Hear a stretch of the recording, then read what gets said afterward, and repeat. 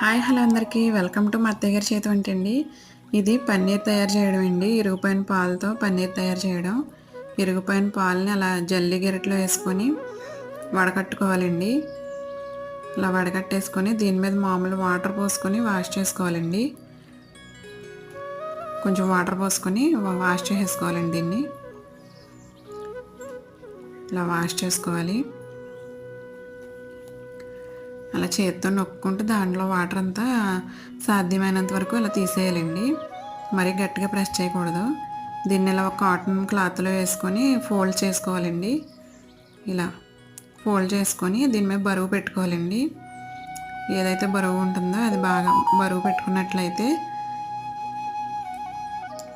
ఇలా బరువు పెట్టేసుకొని 2-3 అవర్స్ అలా పక్క పెట్టేసుకోవాలండి. ఇలా పెట్టేసుకుంటే చూసారా అలా అయిపోయిందండి. చక్కగా నీట్గా ఇలా కట్ చేసేసుకొని కర్రీ చేసుకోవచ్చు.